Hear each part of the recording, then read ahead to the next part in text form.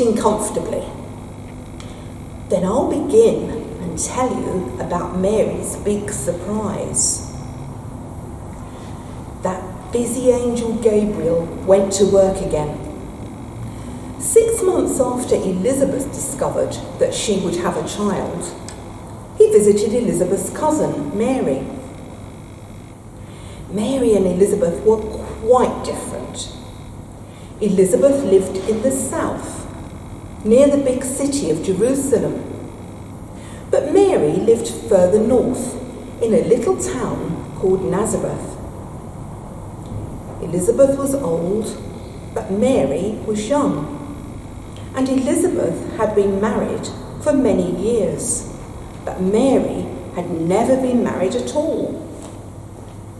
She was engaged, however, to a carpenter named Joseph. Mary was in her house one day, dreaming of the wedding and the life that she and Joseph would share together.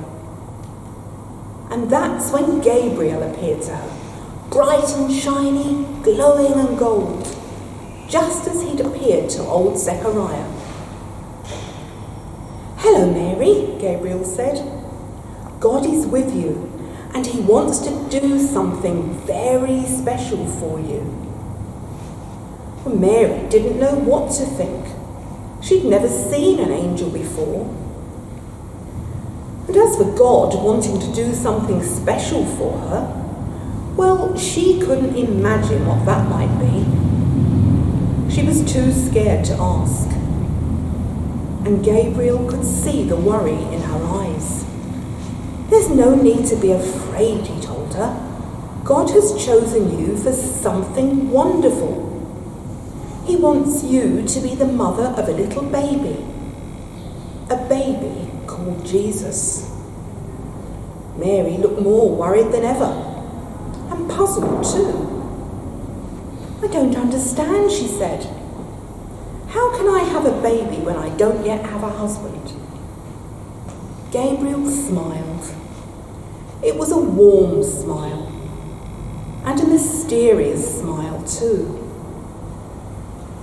"God's own Spirit will visit you," he said.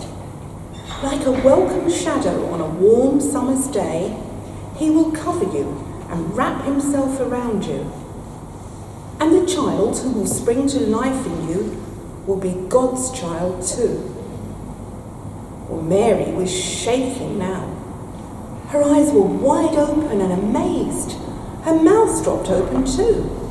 She'd never heard anything like this before.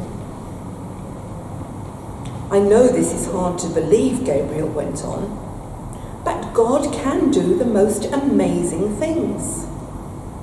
Why, your own cousin Elizabeth, that's right, Elizabeth, who could never have a child before, is expecting a baby too. Impossible. Not for God. So what do you say, Mary? Will you be the mother of God's Son?"